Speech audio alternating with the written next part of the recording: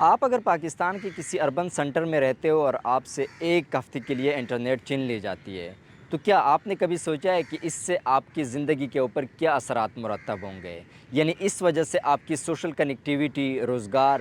یہاں تک کہ فریڈم آف سپیچ اور ہیومن رائٹس کس طرح متاثر ہوں گے؟ ویسے تو پاکستان میں انٹرنیٹ بڑی تیزی سے بڑھ رہا ہے، لیکن کیا آپ جانتے ہیں کہ ملک میں اب بھی ایسے علاقے ہیں جہاں پر سیلولر نیٹ ورک کی سہولت بھی موجود نہیں ہے، اور کچھ جگہوں پر لوگ بمشکل انٹرنیٹ لینڈ لائن کے ذریعے ہی یوز کر سکتے ہیں۔ ان علاقوں میں سرفہرست خیبر پختونخوا کی قبائلی اضلاع ہیں۔ ان علاقوں میں کچھ سال تک موبائل سیلولر نیٹ ورک بھی موجود نہیں تھا۔ اب موبائل سگنل تو ہے، لیکن 3G اور 4G انٹرنیٹ کا ابھی تک کوئی تصور نہیں ہے۔ میں ایز اے فاٹا کا ریزیڈنٹ اگر آن لائن کلاسز ہوتے ہیں مجھے لاہور میں رہنا پڑتا ہے۔ ادھر جو گاؤں محلے ہیں وہاں کے لوگ بھی انٹرنیٹ فری لانسنگ کا کام کر رہے ہوتے ہیں، وہ بھی لاہور، اسلام آباد، پنڈی، پشاور کے ہاسٹلوں میں رہتے ہیں فار واٹ انٹرنیٹ کے لیے، کیونکہ ان کے محلے میں گاؤں میں انٹرنیٹ نہیں ہوتا۔ آج کل کی دنیا میں ہر جو ہماری زندگی سے جڑی چیز ہے، چاہے سوشل کنیکٹیویٹی ہے، ایجوکیشن ہے، اکنامک ہے، ہیلتھ ہے، فریڈم آف سپیچ ہے، یہ سارے انٹرنیٹ سے جڑے ہوئے ہیں، کیونکہ ایک موبائل میں دنیا آ چکی ہے، اور یہی فیسیلیٹی یا یہی صلاحیت لوگوں سے چھیننا میرے خیال میں سب سے بڑی ہیومن رائٹس وائلیشن میں آتی ہے۔ اور تقریباً یہی صورتحال بلوچستان اور گلگت بلتستان اور آزاد جموں کشمیر کا بھی ہے۔ یہ ایک مشکل ہمیشہ سے بلوچستان کو پیش آ رہی ہے کہ کسی بھی وجہ سے حکومت جو ہے وہ انٹرنیٹ بند کر دیتا ہے، کبھی مذہبی تہوار کے نام پہ، تہواروں کے نام پہ، کبھی ملکی قومی مختلف جو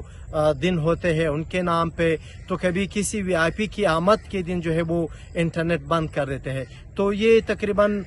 2 کروڑ کے لگ بھگ جو بلوچستان کی آبادی ہے، انٹرنیٹ نہ ہونے کی وجہ سے ہر 5ویں، 10ویں اور ہر دوسرے مہینے جو ہے وہ یہ مشکلات جو ہے اس کا سامنا انہیں کرنا پڑتا ہے۔ انٹرنیٹ کی بندش کی وجہ سے یہ مشکلات صرف صحافیوں کو ہی درپیش نہیں ہیں، بلکہ یہاں پر آن لائن کاروبار کرنے والے افراد،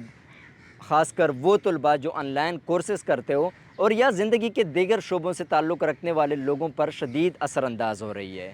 اس وقت پاکستان میں سوشل میڈیا صارفین کی تعداد 7 کروڑ سے تجاوز کر چکی ہے۔ یوٹیوب جیسے پلیٹ فارمز لاکھوں نوجوانوں کے لیے آمدنی اور عالمی مارکیٹ تک رسائی کے مواقع فراہم کر رہا ہے، لیکن بلوچستان اور قبائلی اضلاع اس ڈیجیٹل دوڑ میں بہت پیچھے رہ گئے ہیں۔ انٹرنیٹ اور ڈیجیٹل کنیکٹیویٹی کا یہ مسئلہ سیاحت کے شعبے پر بھی کافی اثر انداز ہوتا ہے۔ مثال کے طور پر گلگت بلتستان، جہاں پر لاکھوں سیاح ہر سال آتے ہیں، لیکن یہاں پر انٹرنیٹ کے حال یہ ہے کہ اس پورے ریجن میں، اس پورے علاقے میں صرف ایک انٹرنیٹ پرووائڈر ہے جس کو اسکام کہتے ہیں، اور وہی صرف لوگوں تک انٹرنیٹ پرووائڈ کرتا ہے۔ لیکن اس کی رفتار اور معیار اتنی ناقص ہے کہ کرونا وبا کے دوران جب طلباء اپنے علاقوں میں واپس گئے اور وہاں سے وہ کام کر رہے تھے تو ان کو صرف کال کرنا بھی اس پہ محال ہو گیا تھا، لیٹ الون کہ وہ اس پہ کوئی آمدنی کرتے اور اس پہ کوئی فری لانس کام کر سکتے۔ اسٹوڈنٹس یہاں پہ بہت سفر کرتے ہیں۔ جو آن لائن لرننگ کا ایک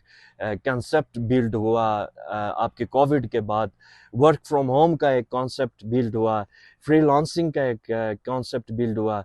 تو اس سارے سیکٹر میں ہمارے گلگت بلتستان کے نوجوان تو موجود ہے، لیکن جنہوں نے ڈیسائیڈ کیا کہ ہم واپسی گلگت بلتستان جا کے اپنے ہی گھر سے یہ کام کریں گے، اسی دھرتی سے ہم اپنے روزگار کریں گے،